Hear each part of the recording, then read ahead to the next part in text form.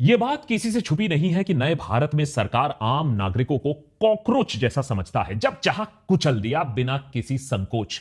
लेकिन अब तो हालत कॉकरोच से भी ज्यादा बदतर बन रही है हमारी।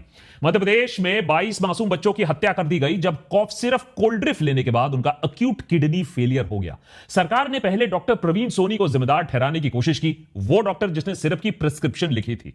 लेकिन जब मामला और बिगड़ा तब तमिलनाडु बेस्ड रीसन फार्मास्यूटिकल्स पर छापा मारा गया।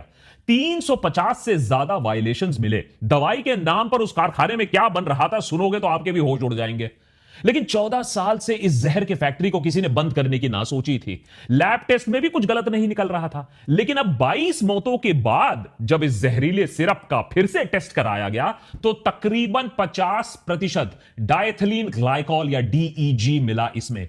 डीईजी एक सस्ता टॉक्सिक इंडस्ट्रियल सॉल्वेंट है जिसे पेंट्स, डाइज, रेजिन, प्लास्टिक या ब्रेक फ्लूइड में इस्तेमाल किया जाता है। और इस डीईजी को सोचिए 5-5 साल या उससे भी कम आयु के बच्चों को दिया गया था, यह जानते हुए भी कि यह किडनी लिवर फेलियर करा सकता है, न्यूरोलॉजिकल डैमेज होता है, इससे यहां तक कि मौत हो सकती है। क्या राज्य सरकार और केंद्र सरकार को फिर इस सब के बारे में मालूम था? यह क्या सिर्फ एक एक्सीडेंट है? बिल्कुल नहीं, क्योंकि एक बड़ी वार्निंग हमारे देश में 2022 में आई थी जब इसी डीईजी के चलते इंडिया से एक्सपोर्ट हुए कॉफ सिरप्स ने 70 बच्चों की जानें ली थी गैम्बिया में, 18 बच्चों की जानें गई थी उज्बेकिस्तान में।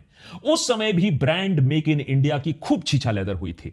उस समय सरकार ने इसे देश के खिलाफ साजिश दिखाने की कोशिश की थी। लेकिन अगर उस समय सरकार ने गलती मान ली होती कि हां हमसे कमियां हुई हैं, खामियां हुई हैं, ओवरसाइट हुआ है, और गलती मानकर कुछ ठोस कदम हमने उठा लिए होते तो आज ये हालत ना होती, ये मासूम बच्चे मरे ना होते।